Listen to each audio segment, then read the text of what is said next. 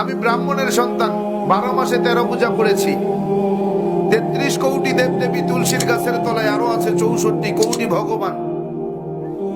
আমি 21 বছর গবেষণা করে বেদ, পুরাণ, রামায়ণ, মহাভারত, জেন্দাবেস্তা, স্মৃতি শ্রুতি, মনুসংহিতা, শ্রীমদ ভাগবত গীতা, রাজভোগ আর কালীভোগ ছাড়াও অসংখ্য কিতাবাদির উপরে, সংস্কৃত ভাষার উপরে পাণ্ডিত্য অর্জন করে ডিগ্রি নিয়ে 44,441 খানা মন্ত্র পড়ে 30,000 মন্ত্র মুখস্থ করে দেখলাম তাদের ধর্মগ্রন্থে কোথাও নেই তার কোনো প্রমাণ।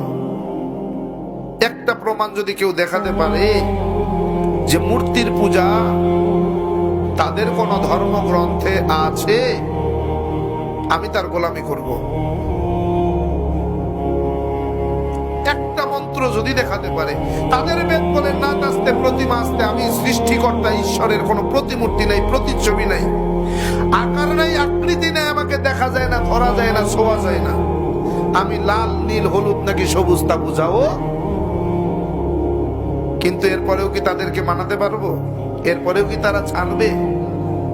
কয় পাইছো কই? কয় বাপদাদাই করছে তাই। দলিল বাপদাদা, দলিল বাপদাদা, অথচ ভগবান শ্রীকৃষ্ণের দোহাই দেয়, ভগবান শ্রীকৃষ্ণের দোহাই দেয়। ভগবান শ্রীকৃষ্ণ শ্রীমদ ভাগবত গীতার 7 নম্বর অধ্যায়ের 20 নম্বর পৃষ্ঠার মধ্যে বলেন, অন্ধত্তম প্রবিশান্তি এ অসম্ভূতি মুপাস্তে। কালকে হাসরের মাঠ যখন কায়েম হয়ে যাবে, তোমরা আমাকে ভগবান বলে ভাসায় দিবা, আমারে তোমরা জাহান্নামে নিবা। আমি সেই রাস্তা রাখি নাই, আমি আমার রাস্তা ক্লিয়ার করে দিয়েছি। অন্ধত্তম প্রবিশান্তি এ অসম্ভূতি মুপাস্তে। অন্ধকারের পূজা, মূর্তির পূজা, গাছের পূজা, মাছের পূজা, আগুনের পূজা তারাই করে যারা অন্ধকারের মধ্যে ডুবে রয়েছে, যাদের ভিতরে কোনো আলো পৌঁছায় নাই, যারা এখনো আলোর মুখ দেখে নাই, তারাই কেবল গাছের পূজা, মাছের পূজা, আগুনের পূজা, পানির পূজা করে। আর যারা আলো দেখেছে, হেদায়াত পেয়ে গিয়েছে, নূর দেখেছে, তারা তা করে না।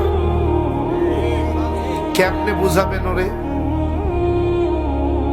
ভাই, ইসলাম কিন্তু এমনি গ্রহণ করি নাই, যাচাই বাছাই করে গবেষণা করে তারপরে মুসলমান হয়েছে।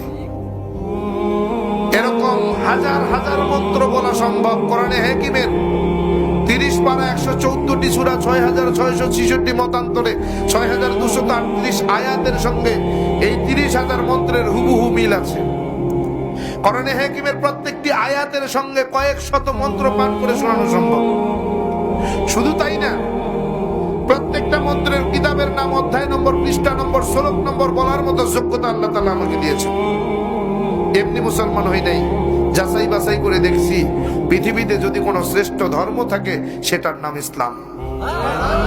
সৃষ্টিকর্তা আল্লাহর পছন্দনীয় যদি কোনো জীবন বিধান থাকে সেটার নাম ইসলাম। ইন্নাদ দীনা ইনদাল্লাহিল ইসলাম। তারা বলেন ইদাং ইসলানাং ওয়াসাং ইল্লাল্লাহ। তাদের ধর্মগ্রন্থ বলে ইদাং ইসলানাং ওয়াসাং ইল্লাল্লাহ। ইদাং হলো দিন, ইসলানাং হলো ইসলাম, অসাং হলো পছন্দনীয় বা পছন্দ করা, ইল্লাল্লাহ হলো সৃষ্টিকর্তা। বোঝা গেল সৃষ্টিকর্তার পছন্দ করা ধর্মের নাম কি?